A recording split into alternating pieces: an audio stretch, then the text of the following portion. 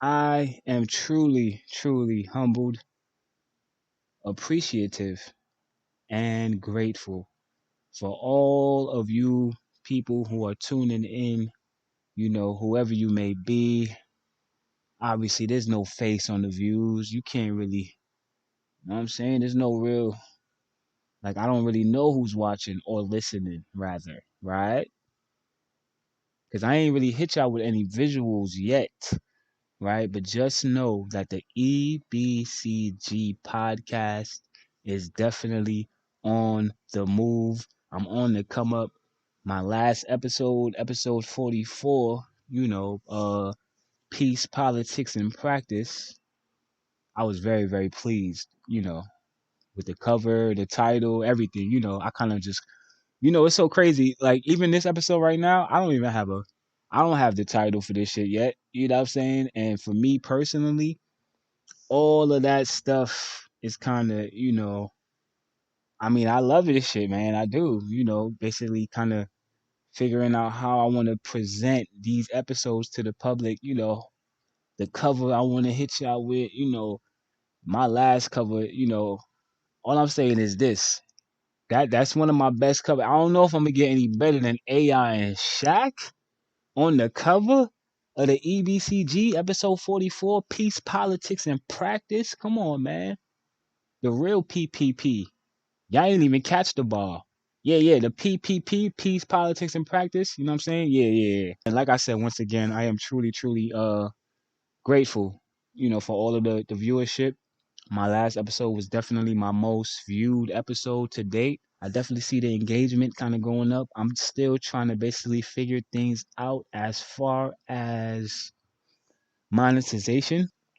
I still, you got to kind of unlock certain features, right? Anybody that's on the Spotify podcasters platform, we all do it. You scroll down at some point during the day, you start thinking about bills and shit. Like, hold on, fam. You scroll right down to that monetize button, don't you? Because I know I do. You go to that monetize tab, you double click that shit, and you look to see if you it's not busting yet. But the engagement is growing. And my last episode, Peace, Politics, and Practice, was definitely, my highest viewed episode to date. So with that being said, listen, man, we working. We working, man. Will Medic, E.B.C.G. He is our ISC. You already know what it is. Listen, certainly not a slow news week, to say the least. It hasn't been a slow past several weeks, quite frankly. Um, Shit, we could probably even go back to the top of the year at this point. Pretty, busy as far as myself personally. Just like I said once again, when you're building a brand from scratch, I just feel like, like I could do this shit basically all day, and I'm at a point now where I do feel like, damn, it's not enough time in the day. Do I need to quit my job to start to clock into my passion? Hold on, let me get that off again, because that just came to me in real time. Maybe it's time for me to quit my 9 to 5 to clock in to my passion.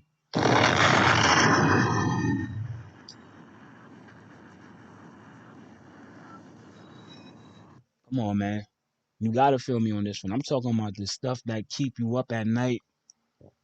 I'm talking about the stuff that wake you up in the morning. The alarm clock is really what's waking you up in the morning. But what I'm saying is, what's really waking you up? It's your passion. It's that thing inside of you that you know exists, but you just haven't figured out a way to go and unlock it yet. I'm talking to those people right now. Yeah, yeah, yeah. So as far as me, I definitely started a new gig and all that. Yeah, definitely. Air home for me, man, for starting at a new opportunity, you know what I'm saying? For not being stagnant, huh? For not allowing myself to get too comfortable in a situation. Once again, like I said, all of this 9 to 5 shit, I don't go into these situations with the mindset of, you know, like I know these shits is gonna come and go at the end of the day. These companies, especially today, with all of this financial, uncertainty that's taking place in the world, obviously we have a lot of different people who are in need of aid and resources, and different things are occurring all over the world. Obviously we have wars that are taking place, and people are definitely in need right now. So what I'm saying is this, as far as financially, I think now more than ever is the time for people to kind of, what I'm saying, you better have a calculator in your pocket, fam. You know what I'm saying? When you go into the supermarket, like you got to really do real math in the supermarket now, fam. Like it's not a game out here, fam. Everything is going up, prices going up, morale going down. You know what I'm saying? It's looking like the Great Depression and shit. Um, but with all that being said, obviously, with all of the uncertainty and all of these different things, all of the negativity that's taking place, it is our obligation and our duty to kind of, manage our own temperament. And, you can't really allow this stuff to kind of, you got to stay on balance at the end of the day. And like I said on the last episode, you know, I started my last episode, which I didn't really I'm trying to avoid doing that again, right? Because I'm clearly speaking on what's going on. Obviously, I guess I'm doing it again. The war in the Middle East between, Palestine and Israel and Hamas. There's just so many different entities involved that I really don't even really want to put a name on this, right? I don't want to put a name on it. I don't want to put a face on it. It's not. It's bigger than all of that. It's bigger than all that. It's bigger than words. It's bigger than a podcast. What's going on over there right now is straight up good versus evil. And at the end of the day, like I was saying, it's our obligation and our duty to kind of keep ourselves, what I'm saying, balanced. So yeah, I might see certain things. I might see some of those clips. I might see something on the news. It might bring your morale down, but you kind of got to figure out, like I said once again, how to achieve and obtain that balance. You can definitely lose yourself, in all of this madness that's taking place out here, man. So whatever that is for you, find that shit, hold that shit close, and push through and persevere. Episode 45, E.B.C.G podcast. Once again, it is October 24th, 2023. I am reporting live from the East Coast. You know what I'm saying? Brooklyn, New York City, more specifically. So I'm not even really sure where do I start. I feel like I got my little opening monologue off, you know what I'm saying? Low key. Because like I said, I was trying to avoid the elephant in the room, but it's not really there's no escaping this. You know what I'm saying? There's no escaping this shit. Shout out to the Beat Nuts, 50 years of hip hop. There's no escaping this. This shit that's taking place right here is, man. And obviously, the news just keeps getting worse and worse. So with that being said, let's get into some podcasts now. Huh? Six on the docket, something real, real light. It's Tuesday. You know what I'm saying? We're not even in the middle of the week. You know what I'm saying? I said, you know what, man? I'm gonna get this shit off. Alrighty, so okay. Yeah. So, you know, where the fuck do I start? Um UFC 294 review. UFC 294 was definitely this past Saturday, and um certainly wasn't short of any controversy. A lot of different, you know, um, a lot took place, man. There was a lot of controversial matchup, a lot of different decisions that took place. They had a referee or a doctor, rather. I'm not sure. What was the name of that doctor? I might have to Google this shit, fam.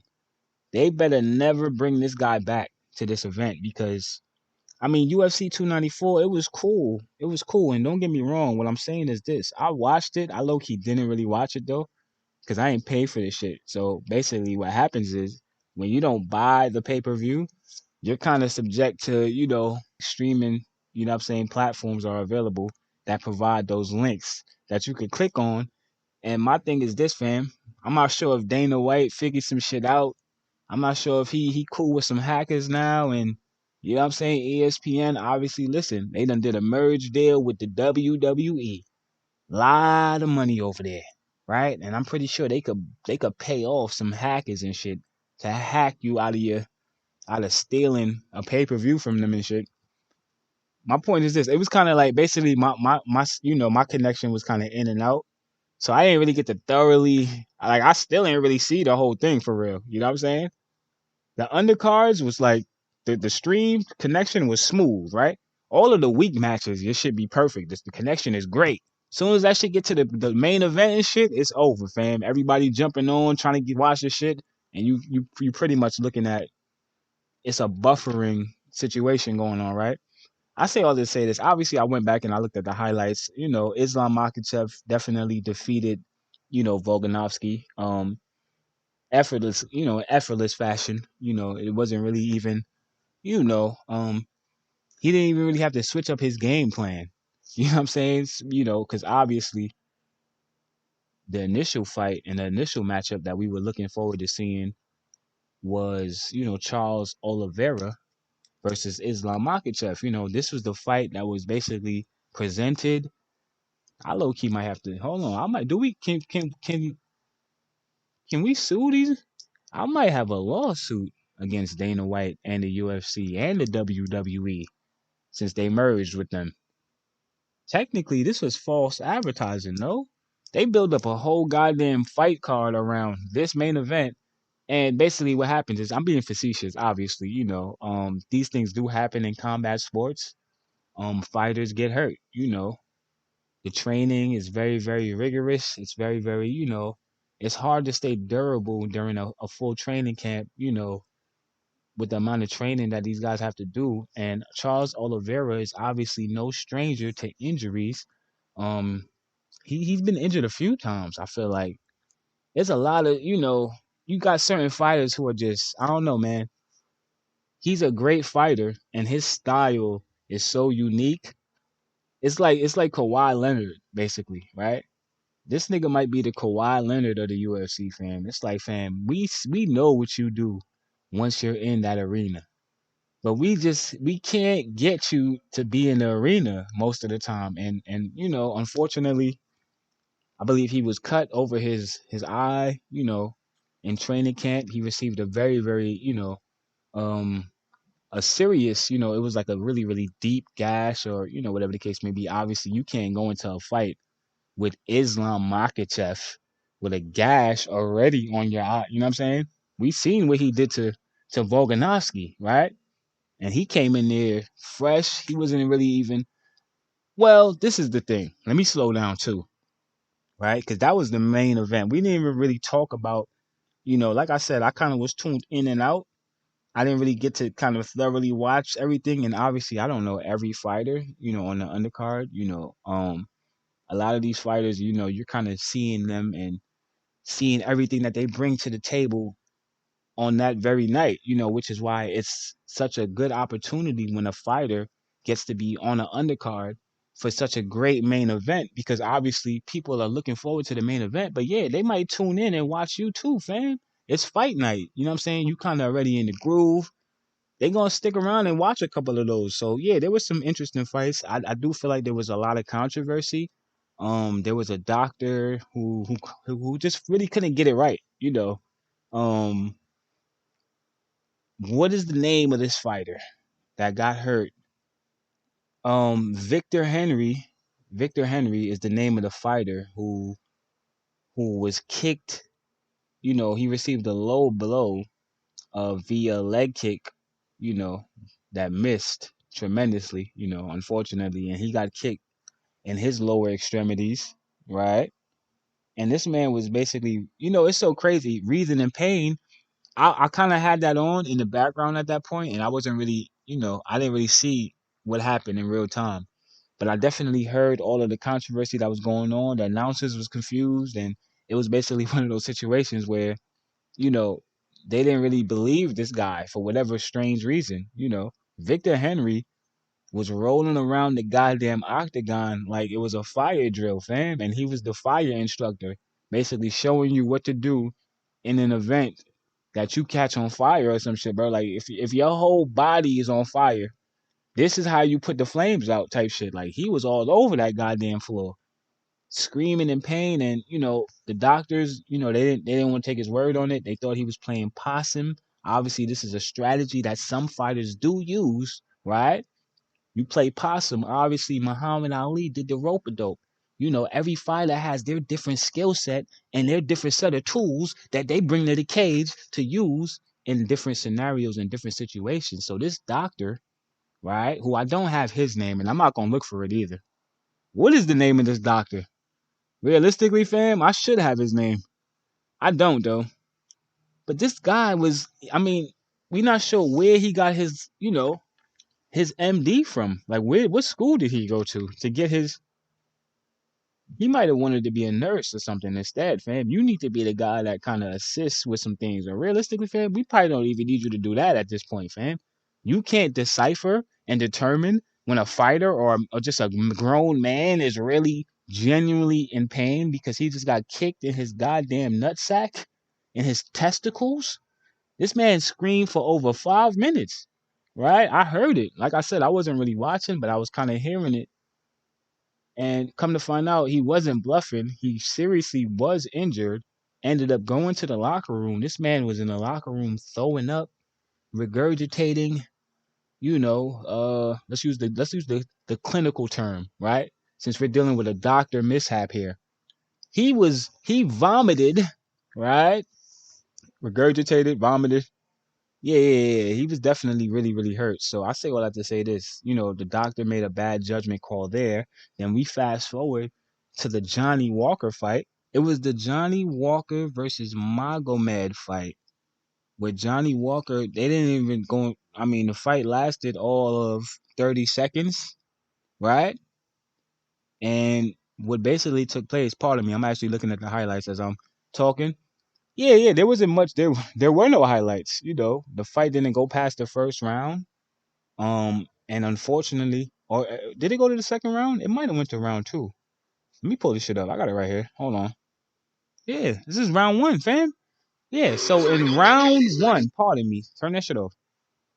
In the first round, Johnny Walker received an illegal, knee to the chin. Like he took a knee to the chin. Now, obviously, you're probably thinking to yourself, they can't knee each other in the UFC. I thought they do that all the time. I seen a highlight where a guy used his knee before.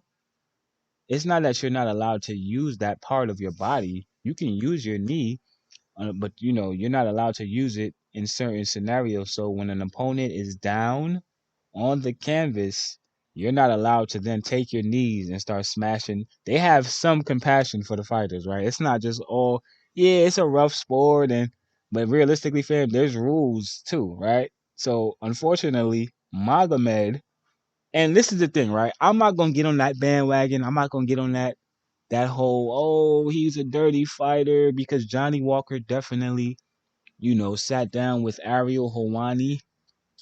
Shout out to Ariel Helwani. Amazing platform. I really, really do think that, as far as UFC and really at this point, just combat sports in general, Ariel Helwani's platform is truly, truly, pro the fan and pro the fighters, which is something that I appreciate, right? You're gonna really go there and you're gonna learn something about something, as it relates to the fight and the fight game. And obviously, all of the fighters apparently respect Ariel, because you'll see that he gets everybody on his show, right?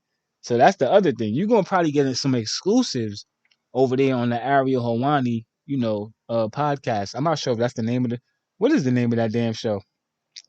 The MMA Hour is the name of the show, which is the irony there is the show is usually anywhere from 4 to 6 hours, fam. It's never an hour show. But keep them coming though, because I will be tuned in. And Johnny Walker was tuned in, and he was on the show, and he basically said, he insinuated, when asked about the situation, this is actually the first time we were actually able to hear him speak on the fight, because he didn't do any post-fight interviews or press conference, right? Usually after the fight, after the event, they have the whole post press conference. The fighters come up there, but You know what I'm saying? With their non MMA outfits on, with their actual like their street clothes on, you get to see them in a different light and a different element and shit. They more laid back. Johnny Walker left. He didn't come and do the press conference. And, obviously it's understood, you kind of just lost the fight in controversial fashion that you just probably trained for. And he actually revealed um something that I really didn't even really think about from this standpoint until he actually made the point that, he basically said, and it kind of makes you look at the situation and feel, you kind of do feel bad for the fighters that, end up kind of basically getting robbed, right? Because the reality of the situation is this: those training camps, once again, are not only physically and emotionally taxing, they're also financially taxing, right?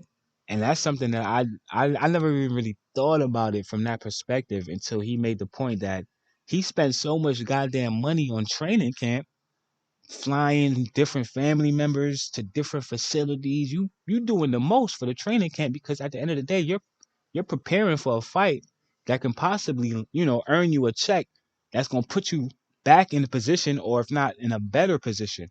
So you thinking to yourself, all right, it's more of an investment. I'm gonna get this much amount of money. What happens though in a situation where there's a double disqualification, right? Nobody wins, so nobody gets anything. So now he in the red, right? He done went and flew out private jets, the bill. He can't even probably pay for this shit. So he's literally in the red, which is something that I can relate to. A few episodes back, I definitely was very, very vocal about my financial situation at that time. What I will say is this. What I will say is this. I ain't a billionaire yet, but I'm definitely out of that situation. You know what I'm saying? That's a big fact. You know what I'm saying? I definitely had to lock in. Like I said, man, y'all already know fourth quarter, Mamba mentality. Y'all know what Kobe did in the fourth quarter, right? I say all that to say this. I definitely understand. I definitely can relate. And, you know, I feel like they're gonna have to run this fight back, between these two gentlemen because there wasn't really much of a fight. Oh, right. I didn't even really touch on the most controversial aspect of that fight. So obviously he was kneed and it was an illegal knee. He was down. So, he had to, basically kind of recover. What happens in that situation is the referee and the judges or the doctor, right, is supposed to allow you a certain amount of time to kind of recuperate and recover. This doctor, which is the same doctor that made that other bad judgment call in a prior fight on the same card, he came in there and he kind of pressed Johnny Walker, gave him like a 10-second, you know what I'm saying? He didn't really give him as much time to recover, is basically what the conversation and what um, what everybody is saying is that he needed more time to recover. This man just took an illegal knee to the head while he was down. They didn't really give him that much time. And, when he asked him, right, because, there's certain tests that they have to run, they gave him a verbal, they basically asked him a question. And the question was, where are you right now? Now, obviously, you know, that shouldn't be a hard question for anybody, right? You should pretty much be aware of where you are at all times, right? And if somebody walks up to you and asks you, where are you right now? You should probably have somewhat of a good idea of where you are in that moment. The only difference with this situation is, once again, this man just got kneed in his temple, right? So I'm pretty sure he was still spinning. So long story short, he answered, he responded how he responded. Obviously, the doctor wasn't really, he didn't feel like that was a good enough response. I believe Dana White, when he later spoke on the situation during the presser, I believe the question was, where are you? And I believe that he answered and responded that he was in the desert, which, this fight card took place in Abu Dhabi. Abu Dhabi is kind of the desert, right? So I'm not really sure if there was just like a difference in communication as far as language barrier, or maybe he just had a different interpretation of where he was. We don't know. All we know is this: the fight kind of came and it went, and we didn't really get a winner. They're gonna have to run this back. I'm spending a lot of time on this undercard shit. And the only reason why is because there was so much controversy. Once again, like I said, this not even the main event. You feel me? I didn't give y'all 10 minutes on that. Then obviously, listen, we already spoke on did I really speak on so Islam Makhachev versus Volkanovski? My whole thing is this, fam. Coming into the fight, during the whole, obviously they have the weigh-ins and all these different things. I kind of looked at Volkanovski and I seen a man who basically, and what really he confirmed this after the fight.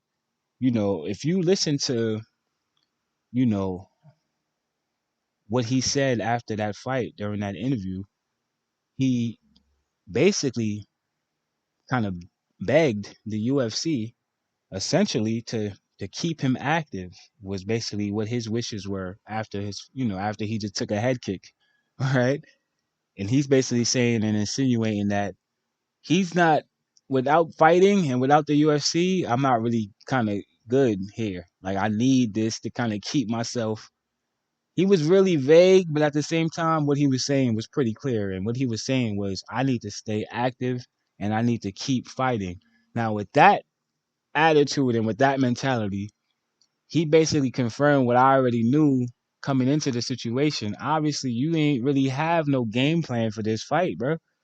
He didn't want to go in there to fight Islam Makhachev to beat him. He wanted to go in there to fight him to keep himself active and get a check, bro. Let's just call a spade here.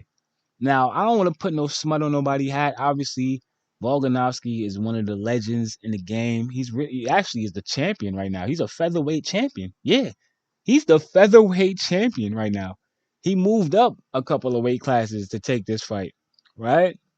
So this is like it's giving me desperate. It's giving me desperation. It's giving me I'm kind of at the end of my rope, and I don't want to let go. Um, Islam Makhachev is not the guy that you get in there with on short notice, because you just want to stay active. You go to the gym to stay active. When you get in the octagon with Islam Makhachev, you're going to need a strategy, a game plan, and possibly weapons of mass destruction. This guy has been on. I mean, when is the last time he lost a fight? He's obviously been on an amazing winning streak. Um, he's actually not number one pound for pound in the power rankings right now, which a lot of people are basically saying Islam Makhachev absolutely 100% positively was robbed of the number one slot. And although they gave it to John Jones, and John Jones is obviously John Jones, right? That's John Bones Jones, fam. We're never here to basically take anything away from what he's done and what he's brought to the octagon. But at the end of the day, the reality of the situation is this: John Jones ain't really been active, fam. John Jones ain't really. John Jones came back after a long hiatus to fight one fight. And he won the fight in spectacular fashion and completely decimated Cyril Gahn and basically made him look like he was in a whole nother weight class. You know what I'm saying? That looked like the cruiserweight champion versus the heavyweight champion. John Jones made Cyril Gahn look like he need to move down a couple weight classes, fam. Facts. You want to kick, you want to do all that, you know what I'm saying? That capoeira shit, fam. Move down some weight classes, fam, and fight these lightweights. Because obviously, when you get in there with the big boys, with John Jones, come on, man. Cyril Gahn was gone, if you understand what I'm saying. I say all that to say this, John Jones, if he got the number one slot, we ain't mad at that. We not mad at that. I'm not mad at that. I do feel like Islam Makhachev should have that, slot though, considering the fact that he's winning these fights in spectacular fashion. I feel like all of his fights is a different ending. I feel like, yeah, man. I feel like he's definitely Khabib 2.0. I feel like the sky's the limit for Islam Makhachev. Who's his next fight gonna be against is the question though, right? Are we gonna actually get this Oliveira fight? Are we gonna actually finally get this? Like, is this one of those fights where it's just like it's too good to be true? We got it the first time, and we seen how it ended the first time. Oliveira got choked out, which was crazy, right? Because he's supposed to be the submission artist. He got the most submission wins in UFC history, right? And I do feel like stylistically, they have a good, stylistically, that is a great matchup. And, Oliveira was hurt that first match, so technically, did we really get that matchup? I don't know, man. Oliveira didn't really look like himself in that first match, which is why the rematch was so important because now we get to see when they run it back who's really that guy. So we basically waiting to see how that's all gonna play out. That was UFC 294 in a nutshell. Oh, I definitely completely left out that Kamaru Usman versus Hazmat Chimaev. Yeah, I'm not even gonna hold you, man. Hazmat Chimaev, he won me over officially with this fight. Hazmat Chimaev, is obviously a guy who, I believe what is this, his seventh or eighth UFC fight? He's really a newcomer in the UFC. Really a rookie for real in the UFC. And that's not it's hard to believe that when you actually see a guy getting in there in the octagon with all of these different, you know, um, these are like established fighters that he's getting in there with, and he's kind of making them look like, you know, like they should be on the undercard. You know what I'm saying? Kamaru Usman. Now that's not what happened here though. I don't want to do that. The first round, I was nervous. I'm not gonna hold you. The first round, I was completely shocked. Right? Once again, my connection wasn't booming. It wasn't. So I didn't really get to sit through a whole. Like I said, once it get to the main event, that's when shit get a little shaky on your boy, right? So I didn't really get to really see. So imagine me sitting there with a frozen frame 1 minute, the next minute I'm getting a little bit. When I seen my shit unfreeze and Hazmat Chimaev was literally riding Kamaru Usman's, he was on his neck, fam. He was on his neck, his back, his shoulders. The whole first round, he completely dominated the first round on the ground, and I couldn't believe it. I thought Kamaru Usman was basically had the best, takedown defense and all of these different things. Obviously, well established in the wrestling circles. We know what his pedigree is when it comes to grappling. I just wasn't expecting to see a scenario where Chimaev was basically dominating Kamaru Usman on the ground. Now, obviously, you can make the case that Kamaru Usman is a little older, a little bit past his prime. He's still coming off of losses, if I'm not mistaken. Is it a? He definitely. Did he revenge his loss? That knockout that he received. By Leon Edwards. I'm not sure if he redeemed himself from that. It wasn't Leon Edwards though, was it? Who knocked him out and made him look crazy? Somebody left him cold as ice in the middle of the octagon, fam. Was it Leon Edwards though? Nah, yeah, it was though. It was Leon. It was Leon, bro. Hold on. Let me make sure. Let me get my facts straight and all that. Hold on, bro. All I'm saying is this. After you take a vicious knockout loss, you're not really the same fighter.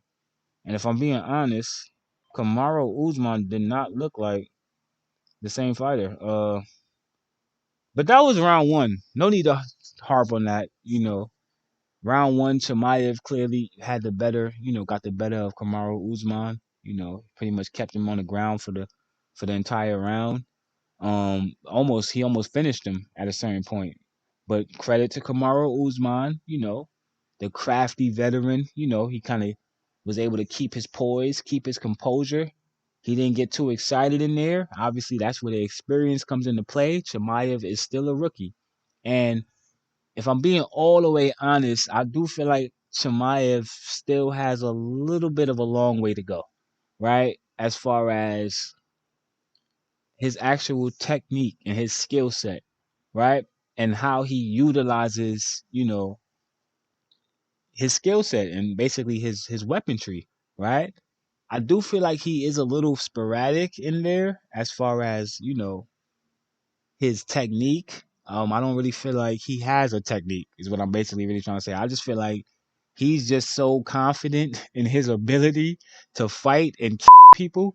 You know what I'm saying? I mean, not literally people, right? Let's not do that.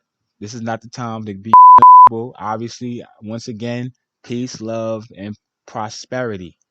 and prayers to everybody all over the world. Seriously, seriously, because I mean, listen, man, very, very sensitive times, right? To say the least. To say the least. Figuratively, his ability to basically dominate and abuse these fighters in that cage, I mean, he truly does believe that. So he's going in there basically beating these guys off a straight belief, is what I'm saying, right? Which is fucking amazing, right? And the reality of the situation is this: when it just comes to straight star power, Hazmat, I think he's already there as far as star power, especially after that win against Kamaru Usman. That's a nice little, you know what I'm saying? You want to check that off of that list right there. That's a good, uh, trophy to put on your trophy case, to say the least. When it comes to, the UFC and racking up wins, especially so early on in your career. Kamaru Usman is arguably the greatest champion of all time, right? And we've seen how he was able to kind of carry that belt and dominate that weight class for so long, until he took that L. But we win some, we lose some. It was Leon Edwards, by the way. I remember now because they fought twice. Yeah, yeah. When is Leon gonna fight? By the way, I keep hearing Leon Edwards versus Covington. Colby Covington, that's been something that they've been kind of throwing out there for like a year and shit. We still waiting to see that. Obviously, we got John Jones, Stipe, 11-11. You know, that's coming. As a matter of fact, whoa, is that in 2 weeks right there? That's actually like right around the corner, low key. You blink, 11-11 is right here, man. Yeah, yeah, yeah. No, no, no. Disclaimer. I'm in the editing room. I'm on the cutting room floor right now. So, unfortunately, it has been officially announced, or unannounced rather, that John Jones will not appear at UFC 295. In fact, they canceled the whole goddamn main event. That's right. 11-11, now the main event. You know what the new main event is? Well, your guess is as good as mine because I don't know who those other two replacement fighters are, fam. But all I know is this: we will not get a John Jones versus Stipe fight on 11-11. I'm probably just gonna sleep the whole day, to be honest. So that's coming down the pipeline. This Saturday, actually, I almost forgot this completely because I didn't write it down on my docket. But I'm really him though. So I'm able to kind of have an internal docket, right? Which is, what I'm saying? That's a whole nother, that's pod. Listen, all my podcasters know exactly what I'm talking about when I say internal docket. It's some shit that you low key want to throw on the docket, but you don't want to kill the flow of the docket. So you kind of just hold it in the internal docket and you say to yourself, you know what? I'm gonna remember this at a certain point during the episode. Francis Ngannou versus Tyson Fury. That's definitely this Saturday. What is that? The 28th? Yeah, October 28th. Tyson Fury versus Francis Ngannou. I believe that is going to take place in. Where are they right now? Are they in Abu Dhabi? They in one of them goddamn Saudi Arabia, if I'm not mistaken. They out there somewhere, man. You know what I'm saying? Yeah. I don't really have, I'm gonna spin the block with the reaction to whatever happens on Saturday with that one. Cause realistically, there's no expectation. For me personally, just as like a fight fan, this ain't really like a fight fan kind of fight. This is more of the casual fan kind of the circus kind of thing. Like because realistically, fam, what are you going into this fight expecting from Francis Ngannou versus Tyson Fury, bro, in a boxing match? Tyson Fury then got the ring. He got the size ring that he wanted. He got stipulations and shit. Like he got a big ring so he could run around and do all that shit, put his body on you, then he over here, then he I just don't see how Francis is going, we've never really seen him in this kind of scenario. So I don't really have any expectations. I'm just going to, enjoy the circus that it is basically. I don't really think it's going to be much of a fight here. This shit might not go 30 seconds, bro. Somebody's going down like Nino Brown. I feel like Francis might catch him though, low key. And if I'm just being honest, like Tyson Fury does give me the vibe, and I don't even really know if I should say what I'm about to say because this is low key a hot take. I'm gonna hold that off. I'm gonna hold off what I was getting ready to say.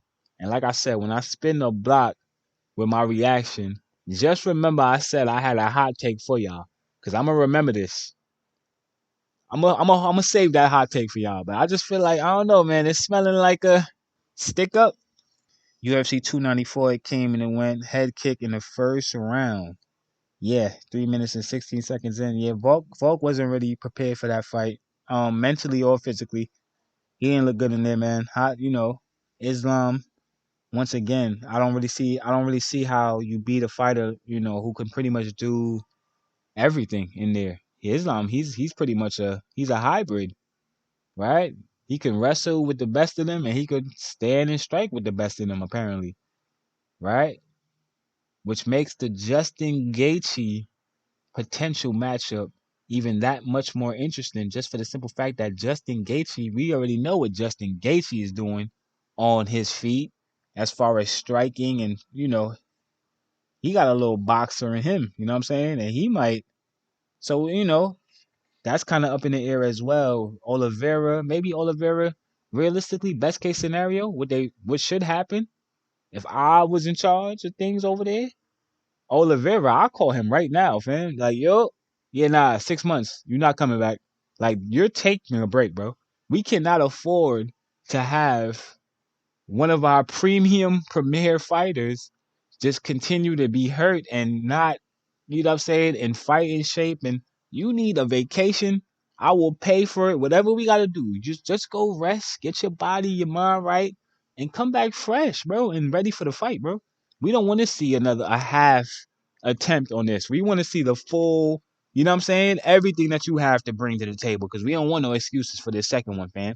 When he knock your ass out again or choke you out or whatever he want to do, because he can do everything, right? A head kick, god damn, he head kicking. That's the one thing he got over Khabib. I'm gonna say that, right? He's a little bit more versatile. Now Khabib, this the thing, he didn't need to head kick you, and that was the whole thing about that. Once he grabbed your legs, that was all he needed to do right there, fam. You wasn't going to head kick him, and that was all that mattered, right? He didn't need to really do much with his striking. His wrestling was so, I mean, like we've never seen ever before, that it was so overwhelming to the fighters that literally he would just beat them mentally, and they would be tired by the second round, bro. There was nothing, nobody can beat Khabib, bro, and there is no other fighter that can really. But I will say this: Islam, who was obviously under Khabib's wing, he probably got a better striking game. Khabib had hands too, though, right? And his shits was definitely getting better, which is why that retirement hurt so bad because it's like, bro, we was watching you get better every fight, bro. He literally he started to fight like Floyd a little bit towards the end of his shit. Like he had hands, drop Conor McGregor and shit. Yeah. There'll never be another Khabib.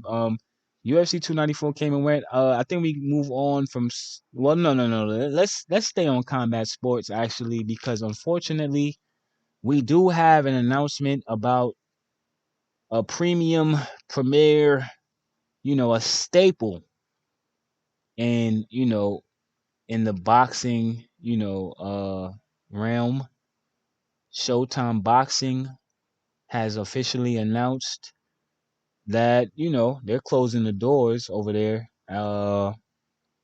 And yeah, that announcement came, I believe, over the weekend, right? It could have been Friday. I'm not sure. But they definitely just announced that Showtime Boxing will be going down. I'm not 100% sure what this means as far as boxing is concerned because obviously, listen, y'all took a lot of steps back with this one. If y'all still trying to compete with the UFC, because at the end of the day, fam, the UFC, they just keep getting deal after deal after deal. There'll never be a scenario where the UFC doesn't have a home, basically, right? ESPN, they got, you know what I'm saying? They got the WWE. It's just a lot going on over there right now, and business is booming. But unfortunately, on the boxing side of things, they have to close the doors now. Now, my question would be, is this a result of basically, like, in other words, let me figure out how I want to land on this one without coming off like, basically like a snob or whatever the case may be, right? Because I know I'm like a boxing purist, right? I'm a MMA purist. Like, I really get in depth with the sport, the craft. I'm really him once again when it comes to all this shit, right? But I'm thinking to myself, damn, how is it possible? Yeah, obviously financially, yeah, we opened the episode and we spoke on the different things that's going on around the world as financially. A lot of people, a lot of companies, a lot of places are shutting their doors right now because they simply just can't generate enough revenue to keep the doors open. My only question for Showtime Boxing is is there a possibility that maybe, just maybe, if we could have got some of the goddamn fights we wanted, like a Shakur Stevenson versus a Tank, like a all of the shit, y'all know what we've been asking for. If y'all wasn't so goddamn money hungry and these promoters and all of this other stuff, the politics, we hear about it all the time. Why fighters don't? How come we ain't seen this fighter? Why we didn't get the Tank versus who was that? Boy with the eye, man. There was a few fights that was out there for Tank, bro, that they just kind of like, bro, if we could actually get some fights on a consistent basis, fam, they just UFC 294 was this Saturday, bro. John Jones is fighting in 2 weeks, fam. This is how the UFC is doing it, bro. They have so many goddamn stars that they can literally do an event every 2 weeks. Like, this shit is not going anywhere, bro. I'm not sure why Showtime is not taking notes at this point. And realistically, fam, I just went off on a tirade. I don't know why they're closing their doors. I'm not really sure. I don't have any inside, you know. I definitely did meet what's her name over there? Jim Lipley? One of them dudes over there, one of them old white guys. Yeah, yeah, that announcer dude that do all the interviews after the fight. I'm out. Yeah, so this is basically something that I'll be following to get more information on. It's something that I've seen, and I had to definitely throw that on the docket. I'm like, damn, Showtime been around for how long? This shit been around for like 100 years or something. Like literally though. Showtime boxing. So what I was getting ready to ask was who's gonna step up now and basically fill that void. Obviously, somebody's gonna be interested here, right? Boxing is not gonna just sit and go without having a home for that much longer. Dana White might fuck around and we might get a triple. They might merge the WWE, boxing, and the UFC at this point, fam. They might as well and just keep it all under one umbrella. You have Tank on Monday Night Raw and shit with Booker T, you know what I'm saying, in the locker room chilling, smoking weed. It's legal now, right? They should do a promo where anyway. I think we offer combat sports now. Yeah, we are. The NBA regular season definitely has begun. And I'm not gonna hold you. I'm not interested yet. I'm still not interested yet.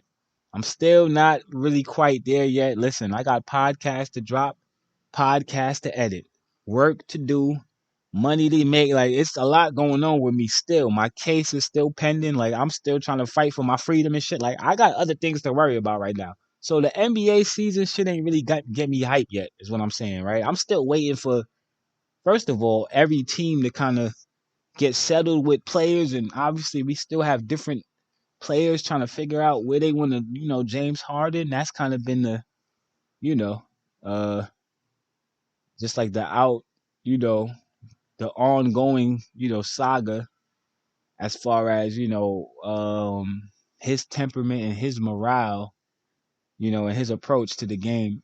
It's a little disappointing at this point now. It's kind of just like, all right, fam, check this out, my nigga. Like, what are we doing here, bro?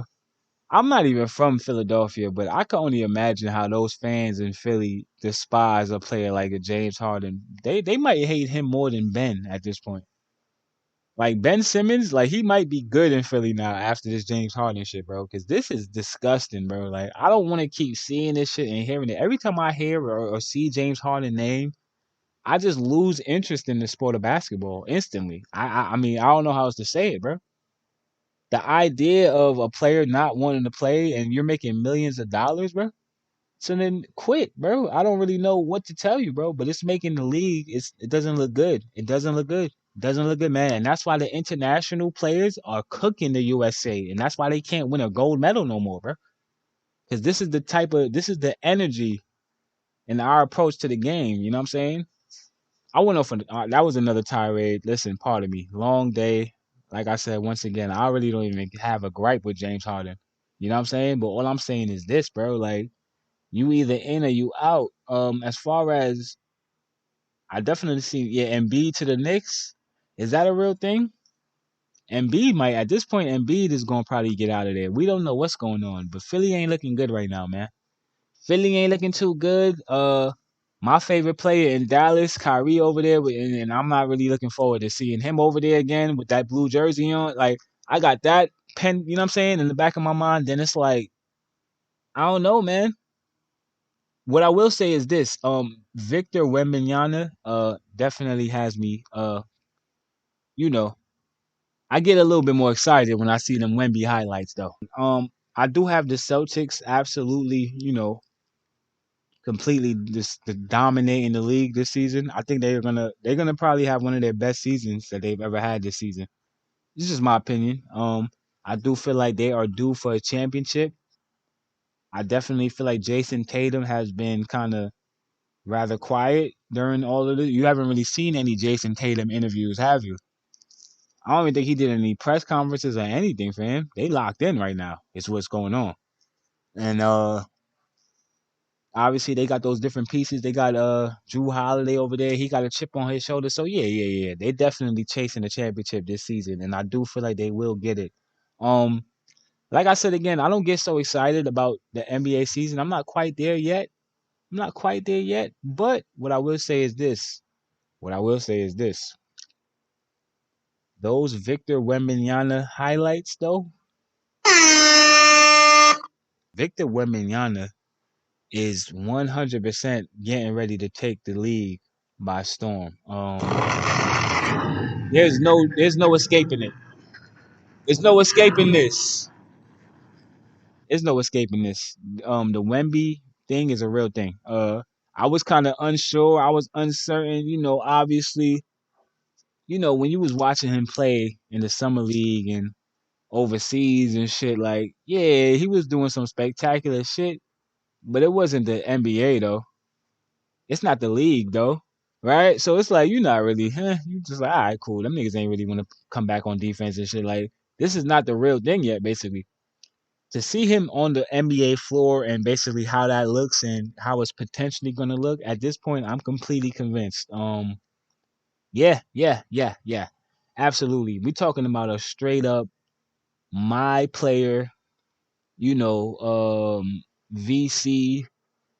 You done bought some more VC after you already got the Mamba edition, right?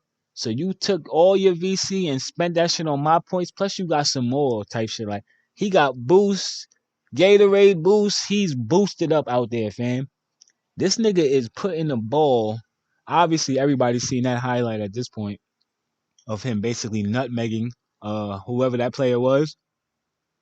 I believe they was playing. Was it the Warriors they was playing against? Whoever it was, man, threw the ball right between his legs. Like he legit has a handle. Like I didn't realize his handle was actually as good as it really is. You know what I'm saying? Like they saying KD. Personally, I feel like he might be a little quicker than KD, which is crazy, right? Because he's taller than KD.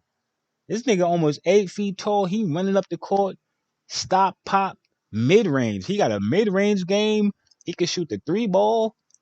He's athletic as fuck. I didn't realize his athleticism. Now that was the shit that surprised me the most, if I'm being honest. Right? He's actually super athletic, bro. Like his mid range pull up is like Kobe esque. Like he's kicking the leg out. He's doing the whole thing. He really has every single attribute that you need to be great in the league. And I mean, like I said, once again, I do truly feel like, yeah. I might be on that bandwagon now. I might have to listen, man. Like I said, Kyrie in Dallas, Texas, the Spurs, that's adjacent, fam. Come on, man. Why you ain't go to the Spurs, bro? Come on. You over there with Luke? That nigga not passing you the ball this season. I feel like it's about to be a mess over there in Dallas, man. I definitely wanted to just get that off though. Victor Wembanyama is 100% going to be a monster in the league, bro. I can't believe he's that athletic, if I'm being honest. So he was trucking niggas all type of shit. Yeah, yeah, yeah. They say he was too small. I don't know, man.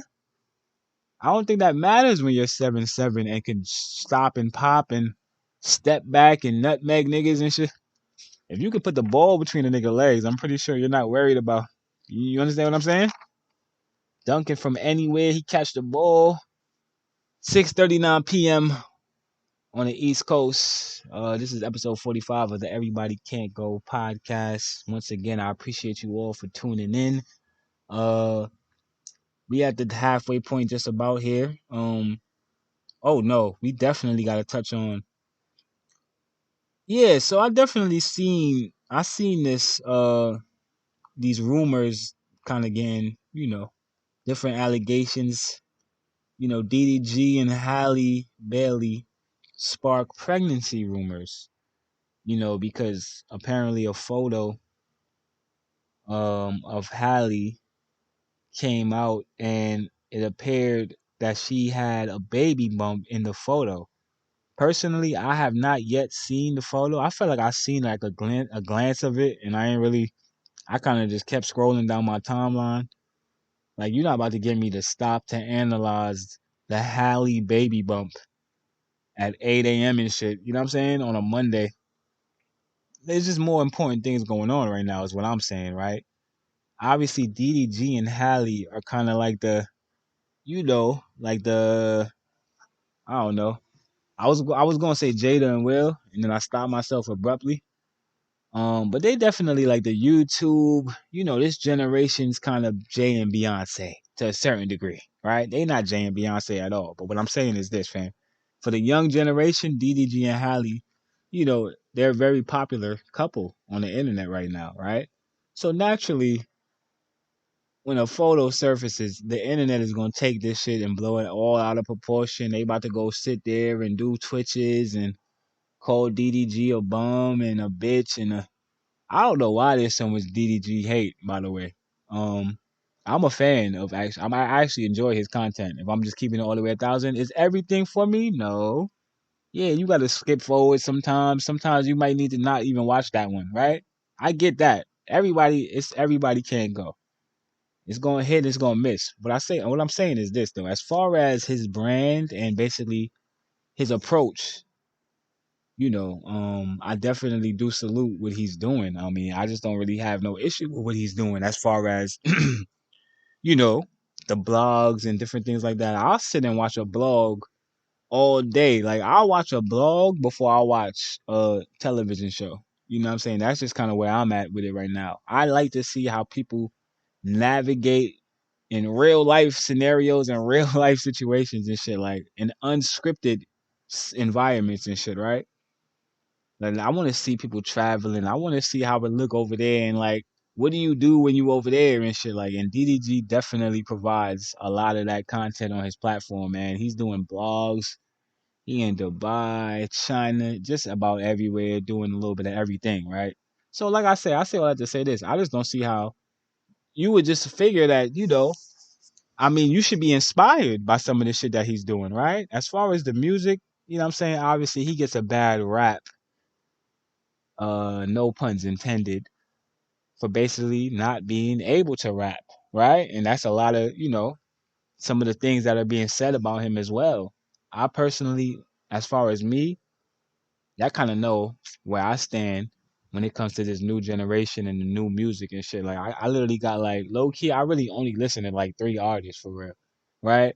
All that other shit, I kind of just play, like, but I really only listen to like 3 artists, right? So I might play your shit, but I'm not really listening. The beat is hard, so I wanted to hear the beat. You feel me? I don't really necessarily feel like DDG. I don't know. I don't really listen to a lot of his music either, though. So I can't really say. What I will say is this: like I said, I watch some of the blogs. So every now and then he'll throw a song in between some shit, or at the end of his blog, he usually outros with a song, which I do feel like is great marketing. Um, he got some slaps over there though too, right? Is what I'm saying. Like he got a little. it's a little energy over there. I don't really feel like it's all bad, is what I'm saying, right?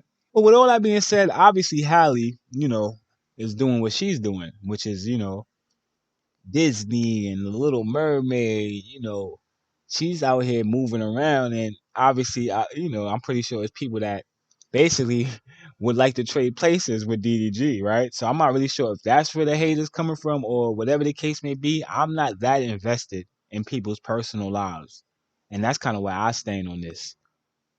Salute to DDG and Hallie. I feel like, yeah, yeah, I do like to see, more of the young black, couples in the game. That's kind of just basically showing the younger generation, you know what I'm saying? Just not presenting basically another side of the coin, right? They kind of on some like real boyfriend, girlfriend, like we really love. It's not nothing too crazy, nothing too outlandish. It's like a regular normal couple, basically, right? So I do appreciate that about them, that they're not so, you know what I'm saying? Basically out there with their shit, right?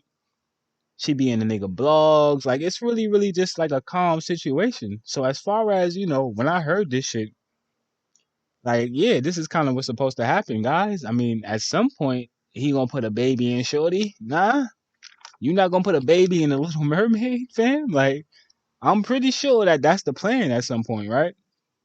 So I say all that to say this. I'm not really sure what the story is here, other than a picture was released and it appeared that she had a baby. But I'm not really sure what the controversy is. I think he did respond to it. I didn't really take the time to look at that. Should I do that now? Do y'all need that? Do I need to give y'all that content on my podcast, man? Because maybe y'all ain't watch it either, right? Let me see what's going on. DDG responds to Hallie pregnancy rumors. Let me see what's going on. Because realistically, like I said, saying she got pregnant by a bum. I'm not gonna play that, man. Like I said once again, man. Salute to the young black couples in Hollywood, man. Out here just trying to be normal and shit. You know what I'm saying? But you still gotta be on the internet and you still gotta deal with this weirdo internet culture, people in your personal business. You got Taylor Swift. How many goddamn times do I gotta hear Taylor Swift and Kelsey? Taylor Swift and Kelsey. Taylor Swift and Kelsey. Every goddamn day is a different story about nothing, bro. Nothing, nothing. She waved from the crowd. Who cares, bro? Who cares? Why are we so obsessed with these people's personal relationships, bro? It's actually weird as fuck. It is. It really is. We have too many different things going on right now. I feel like everybody should be kind of focused on their focus right now. Let me speak for myself though.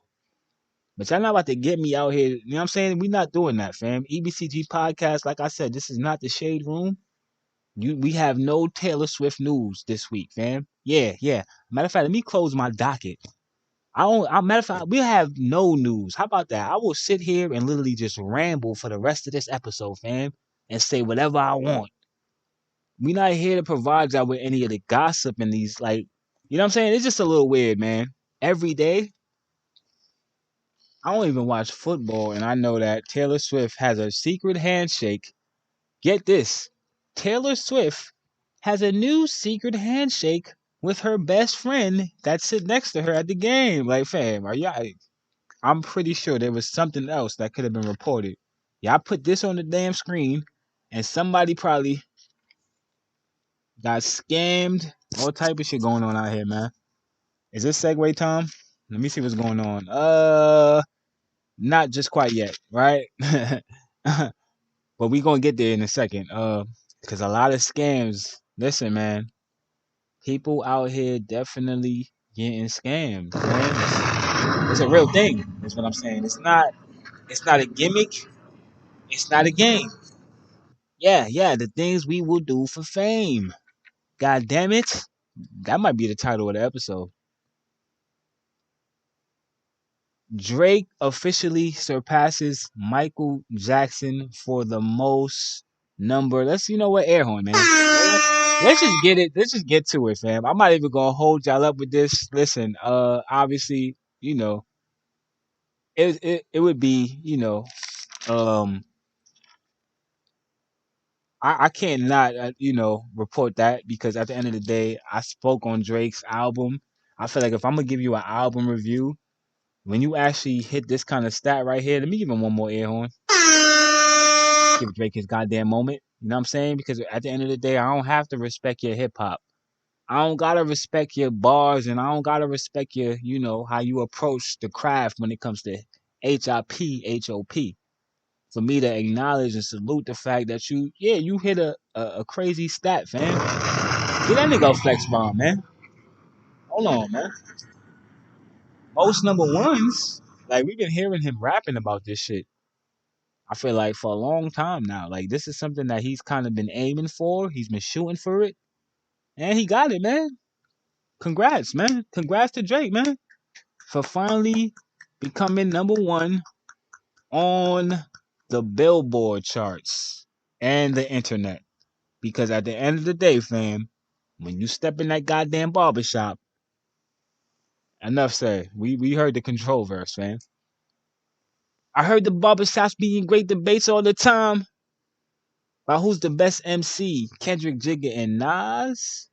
He didn't say Drake. You know what I'm saying? And they're not saying Drake either. But it's cool though. You got the most number one billboards. Salute. Congrats. Michael Jackson been dead for how long?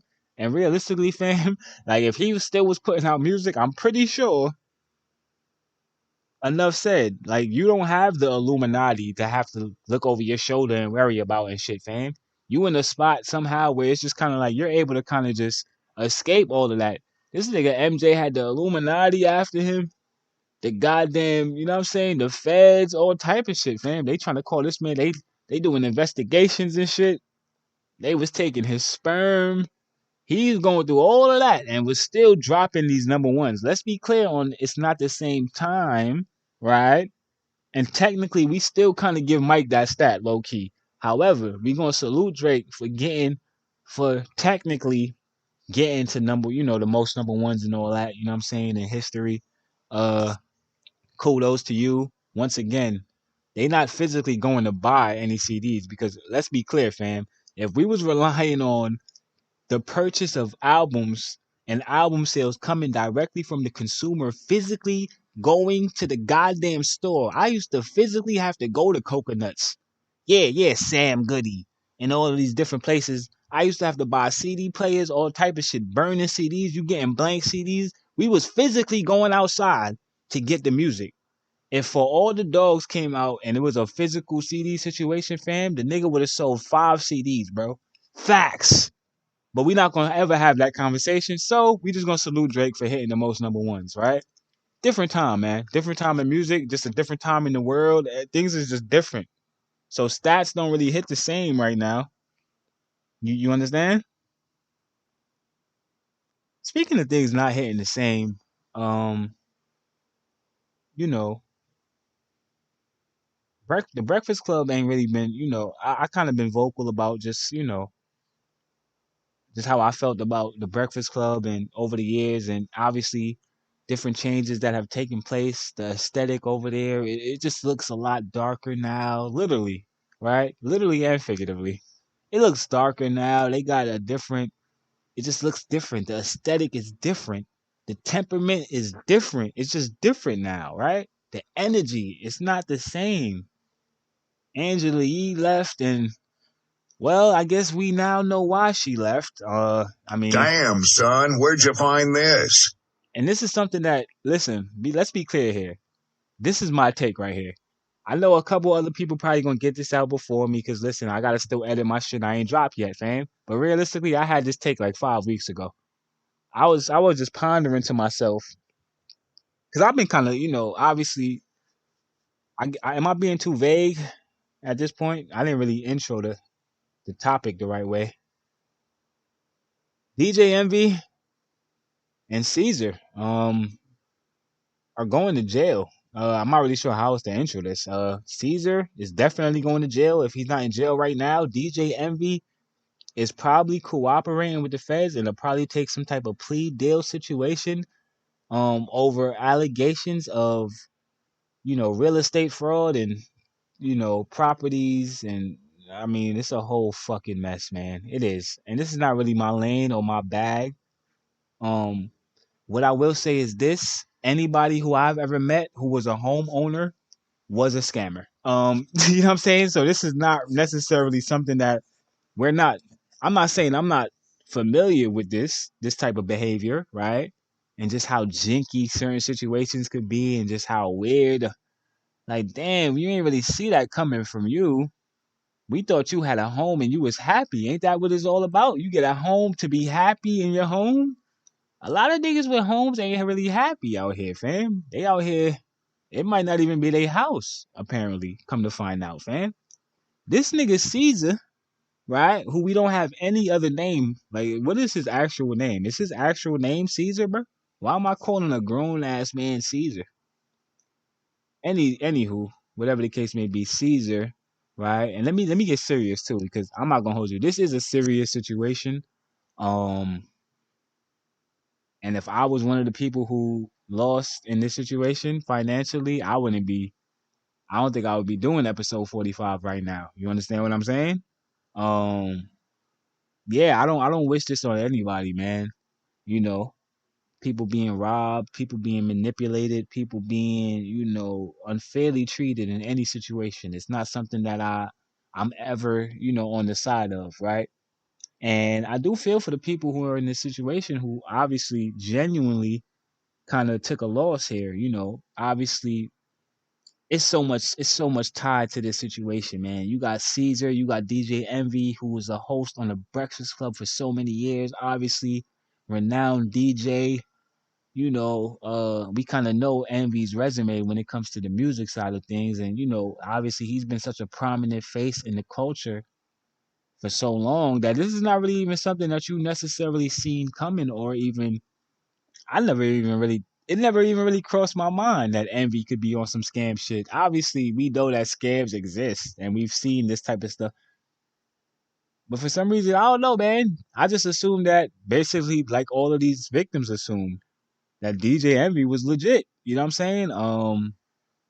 Now this is the thing. Let me slow down, right? I'm gonna slow down. Let me scale back. Hold on, because I don't have, like, I got a bunch of shit written down on a piece of paper in front of me right now that I can say and basically continue to spread the misinformation. You know what I'm saying, or the half information that everybody else is pretty much putting out there. You got Whack 100 on Clubhouse. I mean, at this point, Clubhouse is, like I said, once again, I mean, I'm not really sure why people have cable bills right now. Like, you don't really need cable, is what I'm saying. When you have Whack 100 and the Bloods, you know what I'm saying?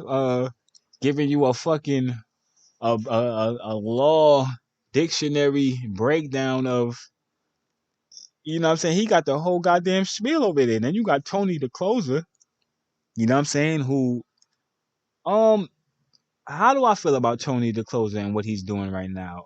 He's clearly on some, like, I mean, this the thing. This the thing, right? Tony the closer, is obviously taking it upon himself to play the role of basically the superhero right here. He's Batman in this situation, right? He wants to be the Dark Knight, right?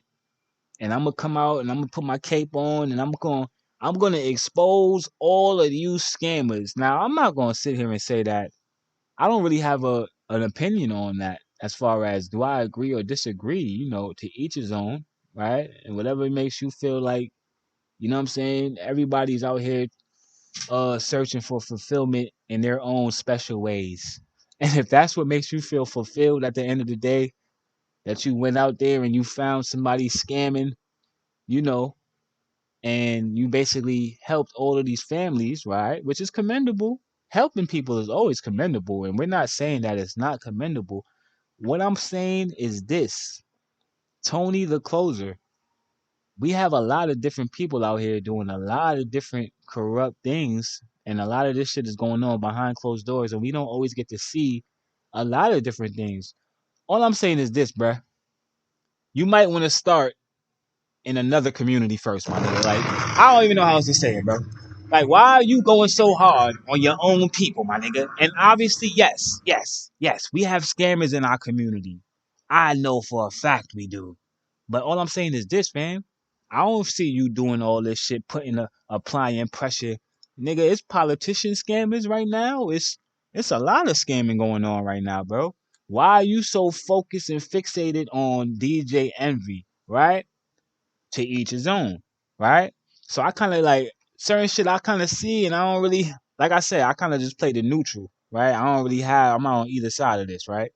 Tony the Closer has his right to expose and, decipher whatever information he sees fit. And at the end of the day, he got some real receipts over there. And that's why DJ Envy over there, he ain't even at the Breakfast Club no more. He doing the show from home. He on the phone calling in. He calling in like DJ Envy is calling into the Breakfast Club, bro. Like a fan and shit, bro. Like this is crazy, bro. They sent this nigga home because Tony the Closer got some. I mean, I'm still waiting to kind of see how this is gonna play out. And obviously Caesar, the latest update right now, from what I understand, is that Caesar has been arrested by the federales. Yeah, they came and got him. They came to pick Caesar right up, took him right into the station. They took his laptop and amongst other things. A lot of things were confiscated. I'm not really sure if they took DJ Envy laptop or Caesar's laptop. I do know that a laptop or a computer was confiscated. Um, from what I understand, DJ Envy's wife, who, you know, unfortunately, you know what I'm saying, is gonna have to now kind of like, you know, aid in this criminal. Like, I'm not really sure how her hands are not. You know what I'm saying? Like, she had to have played a role as the wife to some degree. And obviously, when you start deleting different things off of the Instagram, that doesn't really help the situation, right? It kind of does make y'all look like it's looking like guilty right now. As of right now, it's looking like it's giving me guilty vibes, right? Which is not good. Which is not good. Because they could give you they might say guilty when you innocent, right? You could be innocent, clean as a fucking, you know what I'm saying? And you still might be guilty. So what I'm saying is this: when you actually look guilty, it can't be good. It's not good, bro. And obviously, Envy about to fess this nigga up. They about to that situation. We not really. Obviously, we're expecting Envy to fully cooperate. You know what I'm saying, with the feds and whatever. We know that he's a family man, family first. That's all he's ever preached, right? Sometimes it was the cars first too, though. So we not really sure. Like, are you really that family man that you've been? We don't really know this Envy right now. I don't know who I'm looking at on the Breakfast Club anymore. Fam, he done turned into Charlotte. He done Charlemagne. Like Charlemagne used to be the guy that you was kind of looking at. Like Envy became that guy now. Like he's the trouble this whole time. This nigga over there scamming niggas into getting cars and shit. Once again, I'm going off the dome here. I don't have any facts here, right? This is all speculation and allegation, right? Caesar though, it's not so much speculation with Caesar. This is looking like they about to pack boy up. They about to pack boy up. Damn, son, where'd you find this? Yeah. Like I said, man, different, allegations. People basically alleging that, what I'm saying, this nigga, he's selling houses that he don't even have and shit. He lying. He probably was printing out photos of big houses and shit that off of Google, telling niggas it was hit. We don't know how deep the rabbit hole goes, man. We just saying that, it doesn't look good right now. It doesn't look good. It doesn't look good. It doesn't feel good. It doesn't smell good, right? And money don't smell good at the end of the day, and that's why they say all money ain't good money, fam. You can't always like don't allow money to be the thing that basically is waking you up every day. Obviously, we want money because we need money because they taught us that we need money. But the reality of the situation is this: do you really need money? Like you can actually still survive without money, can't you? You ain't really think about it, did you? No, because you trapped in the matrix, man. I need you to get out of the matrix, right? And stop allowing these pieces of paper that they literally can print. They can print this shit and they could say it doesn't mean anything tomorrow, fam. The value of the dollar has dropped significantly, significantly, our US dollar is dropping. You know what I'm saying? If you ain't racking up on gold and platinum, I'm not really sure. Like, you know what I'm saying? Obviously, we're headed towards some type of Great Depression, like I already mentioned early in the episode, right? And maybe Caesar and Envy was trying to get ahead of that with all this scamming they was doing because man, it's a lot. It's a lot. We talking about upwards of I want to say 9 figures. I don't know what's going on, bro. It's a lot. A lot of people are coming out, and it's a lot of different speculation about more receipts coming in, more people coming forward. You got Funk Flex, you know, who basically he ain't holding back right now. He definitely still remembers. Flex is basically one of them petty dudes. That's just gonna basically he's looking forward to kicking you while you're down type shit. Like, and he was not holding back on his, one of his most recent shows where he basically spoke on the situation. He definitely went in. He definitely, you know what I'm saying? Yeah. Let's be really, really clear. You know what I'm saying, New York? It was one of those. It was one of those. He was definitely not holding back and he was getting his shit off. I can't even really say I'm mad at him because at the end of the day, when Flex had his little situation going on or whatever was going on with him, obviously we kind of was tuned into those episodes with the Breakfast Club. Basically, like the roles basically reversed now. Now you going through some shit. Now it's time for me to throw my jabs now, which is pussy, basically, right? I'm not with none of that shit, bro. I just feel like as men, I'm not with none of. I don't even understand. I can't even comprehend petty when it comes to men. Like I don't even understand. Like go and deal with that man, bro. If you got an issue with a man, I'm just a firm believer personally of making it be known. And there's only one way to really do that, bro. You gotta go approach that man. You know what I'm saying? It doesn't necessarily have to be done in a violent way, right? We don't want to put anything out there that would insinuate that. What I'm saying is this, fam. Approach that man. Approach that man and stop. You know what I'm saying? It's too many men out here. And I feel like we getting ready to end this episode. I'm gonna close my docket and all that. Before I do though, hold on. Let's take a little scan here. Yeah. DJ Envy definitely spoke against his lawyer's orders. Yeah. Yeah. Came on the Breakfast Club. Looked like he just rolled out of bed and shit. Like his bed wasn't really shaped or he didn't really look. You know what I'm saying? Like he was up all night thinking about this shit. Bags under his eye. And he basically came on the Breakfast Club and I mean he gave the courts everything they need to lock him up at this point. Which is basically why I started this with DJ Envy and Caesar are both going to jail, bro. You cannot come on a platform such as the Breakfast Club, right? Obviously, this is going to get back to the lawyers, bro. And directly, his opening line was, the lawyers told me not to say this. I'm pretty sure the lawyers are going to see this, and I'm not really sure why he went on there and decided to try to speak. He tried to pull a Will Maddox TV, y'all. He tried to pull a me, is what he tried to do. He thought he was going to be able to sit in front of a microphone, right? And make shit make sense, bro. Everybody does not have the ability to sit in front of a microphone and kind of just make it all make sense. You know what I'm saying? And he was trying to do that, and he basically made himself look crazy, is what he did. He made himself look crazy. He possibly added 5 more years onto the sentence that they was already gonna give him. It's looking really, really bad right now, right? I don't want to harp on this negative scamming energy because at the end of the day, fam, like I said, I got work to do, right? Air horn for me, for recognizing the assignment that I have. And what I have right now is a whole lot of work to do, right? And looking forward to it with a big ass smile on my face. Because like I said, once again, your passion, your passion, working on your passion, and that's kind of how we on it right now, not only for the fourth quarter of 2023, but also, 2024, which is Mamba year. Today, the 24th, too. Come on, man. Come on, man. Shout out to all my AMP heads, man, all the creators. I feel like you know, we're going to end it with love. Shout out to all my creators on AMP. Obviously, AMP is going down. Did I have anything else to add, though? I got that off already.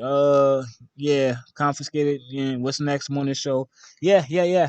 Jess Hilarious, I wouldn't mind seeing her every morning. I mean, personally, I feel like you get Charlemagne out of there too at this point. You know what I'm saying? We throw Jess Hilarious right there, and we straight, fam.